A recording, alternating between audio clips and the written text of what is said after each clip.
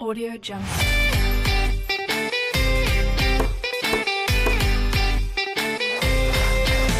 Audio Jungle.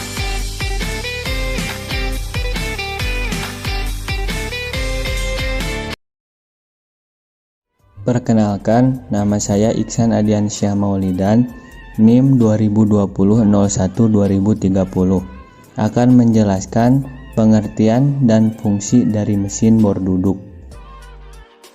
Sebelum saya menjelaskan mesin bor duduk, alangkah baiknya kita mengetahui mesin bor duduk itu seperti apa. Berikut adalah gambar dari mesin bor duduk. Pengertian bor duduk. Mesin bor duduk atau mesin bor tegak pada dasarnya merupakan mesin bor yang digunakan untuk membuat lubang presisi. Drill press ini menggunakan poros utama yang digerakkan naik turun dan umumnya penggunaannya disesuaikan dengan kebutuhan. Sedangkan pengeboran adalah operasi menghasilkan lubang berbentuk bulat dalam lembaran kerja dengan menggunakan pemotong berputar yang disebut bor. Fungsi bor duduk. Fungsi dari mesin bor duduk adalah untuk mengkikis permukaan, membuat lubang, dan memperbesar lubang pada material seperti besi, kayu, tembok, dan berbagai jenis lainnya. Perkenalkan, nama saya Zanuar Gilang Pratama dengan NIM 2020-2023 dari kelas Teknik Industri A. Saya di sini akan menjelaskan kegunaan dan karakteristik mesin bor duduk. Mesin bor duduk mempunyai kegunaan yaitu untuk membuat lubang pada benda kerja seperti besi dan kayu. Namun, lubang yang dibuat pada besi tersebut tidaklah sedikit, sehingga mesin bor ini didesain sedemikian rupa untuk membantu penggunaannya agar tidak mudah lelah saat menggunakannya. Cara untuk menggunakan mesin bor ini tidaklah sulit. Dengan memutar tuasnya, mata bor dan kepala bor akan turun ke bawah dengan desain demikian rupa. Mesin bor ini mampu mengebor beberapa lapis besi secara langsung. Tentunya dengan tebal maksimal yang sesuai dengan panjang mata bor yang digunakan. Mesin bor ini juga biasanya digunakan untuk putaran lambat.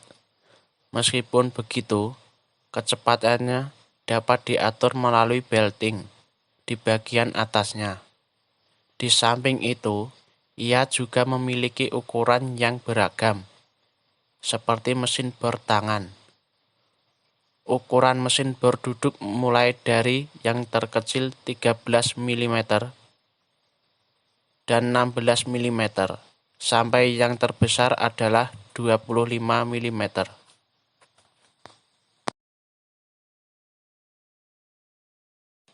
Dan yang selanjutnya, saya akan menjelaskan sedikit karakteristik atau lebih jelasnya cara pengerjaannya. Yang pertama, drilling, proses yang digunakan untuk membuat suatu lubang pada benda kerja yang solid. Dan yang kedua, ada spade drill, yaitu proses yang digunakan untuk membuat lubang dengan diameter bertingkat. Dan yang ketiga, rimming. Mungkin cara ini bisa lebih akurat pada saat pengepasan dan finishing pada lubang yang sudah ada sebelumnya. Dan yang keempat, ada boring. Proses memperluas sebuah lubang yang sudah ada dengan satu titik pahat. Mungkin boring ini lebih disukai karena lantaran kita pun dapat memperbaiki tentang ukuran lubang atau keselaraan dan dapat menghasilkan lubang yang lebih halus dan sempurna. Dan yang kelima, ada counter bore. Biasanya operasi ini menggunakan pilot untuk membimbing tindakan pemotongan yang digunakan untuk proses pembesaran ujung lubang yang telah dibuat dengan kedalaman tertentu untuk mengakomodasi kepala baut. Dan yang terakhir, ada tapping. Ini bisa dikatakan proses di mana membuat ulir dalam yang dilakukan oleh tangan atau oleh mesin. Perkenalkan, nama saya Arwani Hisanah Astianti dengan NIM 2020 012 010. Di sini saya akan menjelaskan bagian-bagian dari mesin bor duduk. Bagian-bagian dari mesin borduduk yang pertama, base. Base ini adalah penopang semua komponen yang terdapat pada mesin bor.